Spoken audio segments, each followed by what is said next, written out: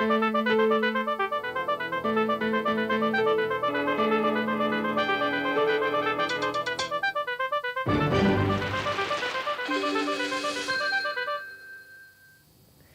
Messieurs, bonsoir.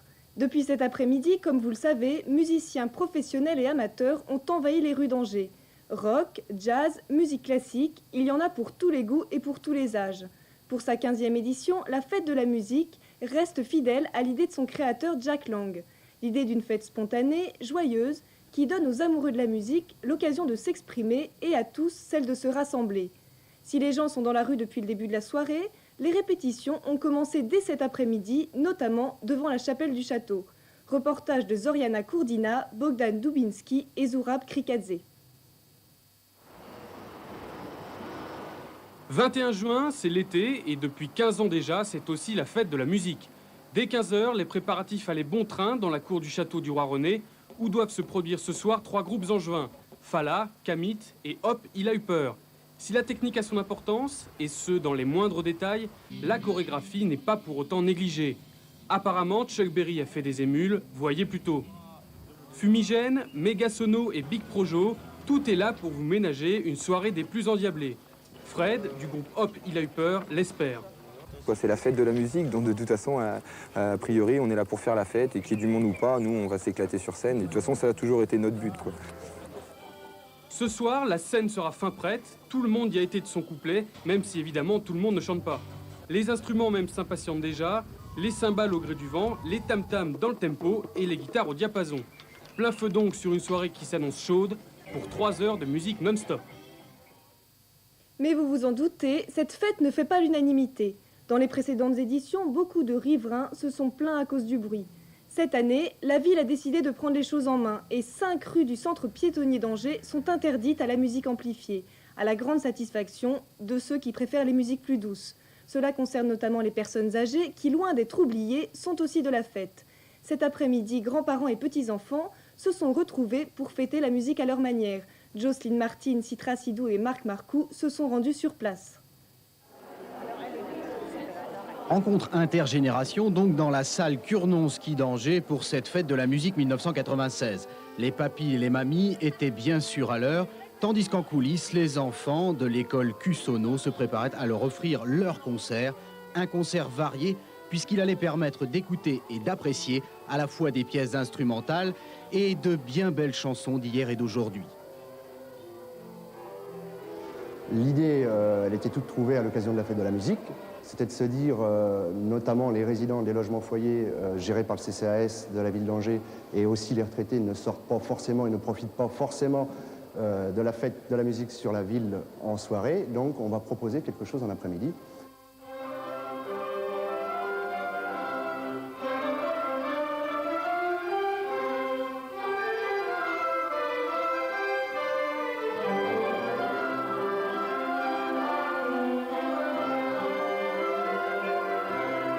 Explique-moi pourquoi ça te fait plaisir de jouer pour ces personnes âgées.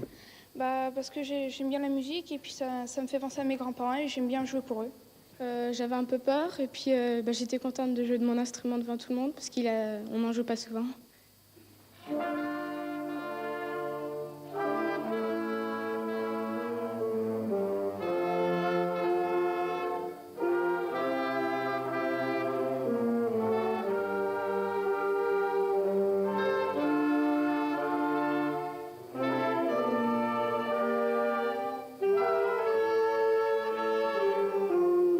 Quel plaisir tu te fais, toi, en jouant pour ces personnes?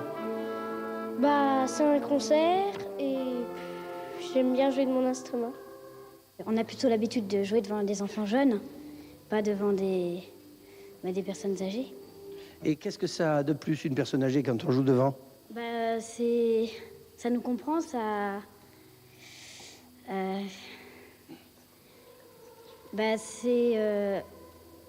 on a l'impression de les connaître.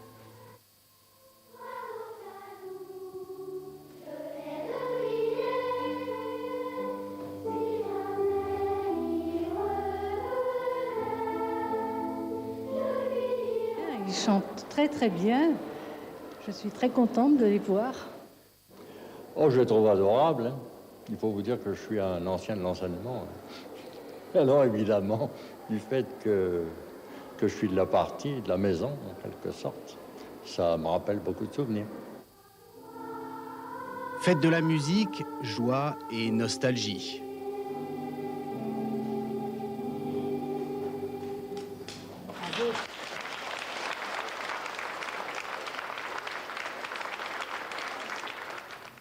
C'est la fin de ce flash. Nous nous retrouvons à 22h45 pour un autre point sur la fête de la musique. Merci de nous avoir suivis et bonne soirée à tous.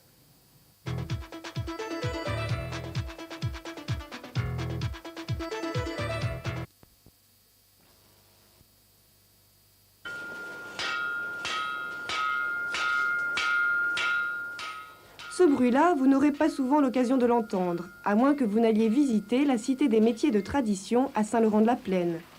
4000 m² de bâtiments où sont présentées 38 000 pièces et 70 métiers pour évoquer la vie d'autrefois et redonner une âme aux vieux outils. Boulangers, sabotiers, sculpteurs sur bois, tous travaillent dans les conditions réelles de leur époque. Existant depuis plus de 25 ans, la Cité, premier musée d'Europe en son genre, a également un rôle social. Alors la particularité de chez nous, c'est pas des professionnels au départ.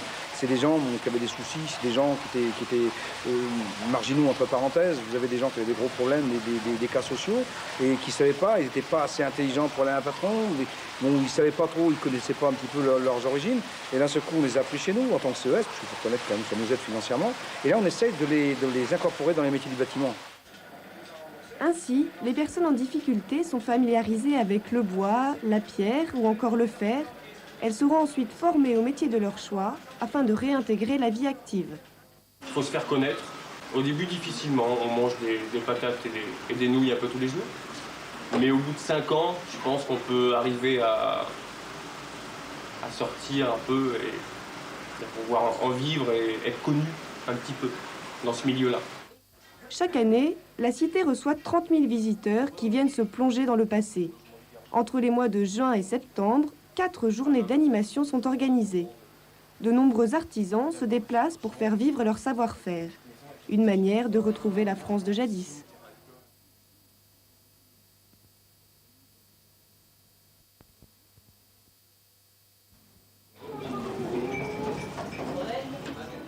En France, le tabac tue chaque année plus de 60 000 personnes. Phénomène d'autant plus inquiétant que 60% des 17-20 ans fument régulièrement. C'est à 14 ans que les jeunes allument leur première cigarette. Face à ce fléau, les actions de prévention se multiplient. La Ligue nationale contre le cancer a décidé de s'adresser aux plus jeunes en créant Pataclope il y a 6 ans. Les bénévoles de ce club vont dans les écoles sensibiliser les élèves de CM1 et CM2 aux méfaits du tabac.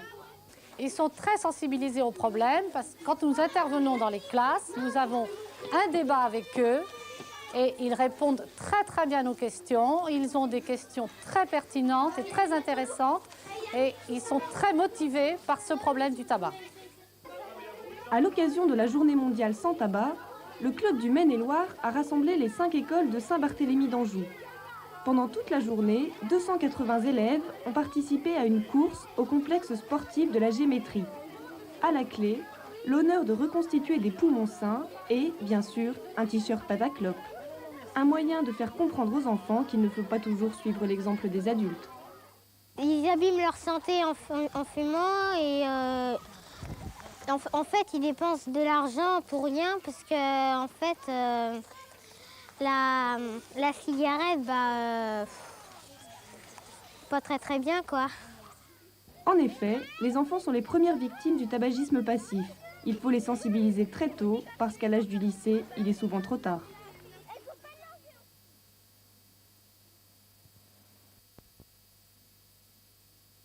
Chante toute la musique. À toi, toute la... Ils étaient nombreux hier soir dans les rues d'Angers à exprimer leur amour pour la musique. Des rues piétonnes au boulevard Foch en passant par la place du Ralliement, les groupes avaient trouvé leur public.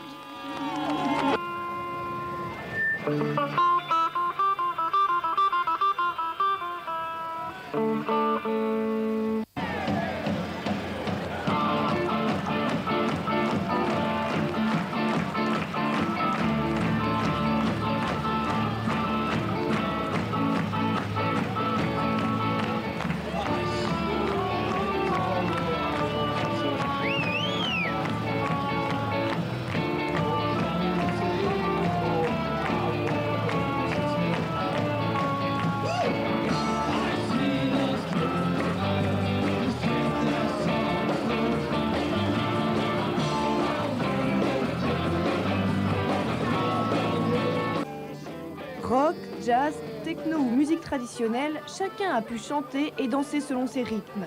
Même si l'été n'a pas montré sa plus grande chaleur en ce premier jour de la saison, certains ont eu besoin de se rafraîchir. Il faut dire que l'ambiance était chaude et que les Angevins s'en sont donnés à cœur joie.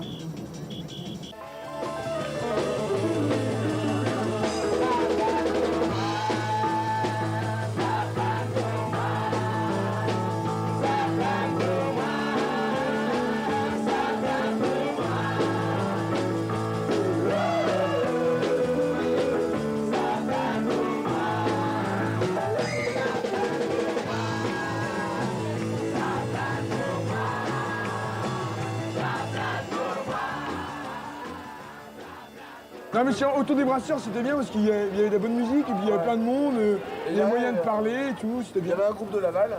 Ouais. Thomas Yannet. Hein? Ouais. Ah, je sais pas le nom, mais j'ai vu qu'il y avait marqué un camion de location Laval, alors... Alors on a fait une conclusion, quoi. Eh ben voilà.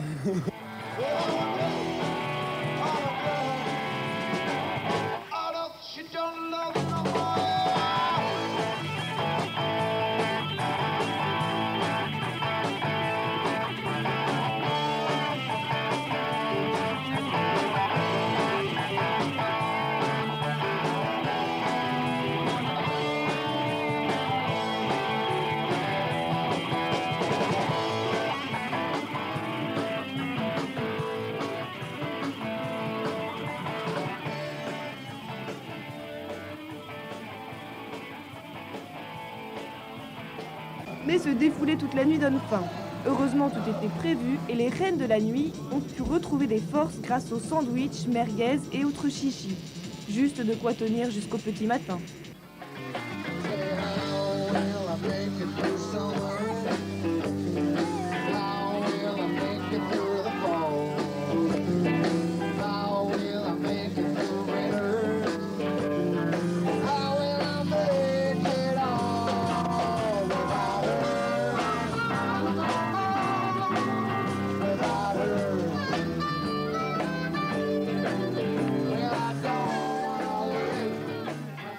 À la fin de la soirée, ou plutôt aux aurores, tous ont rejoint leur lit.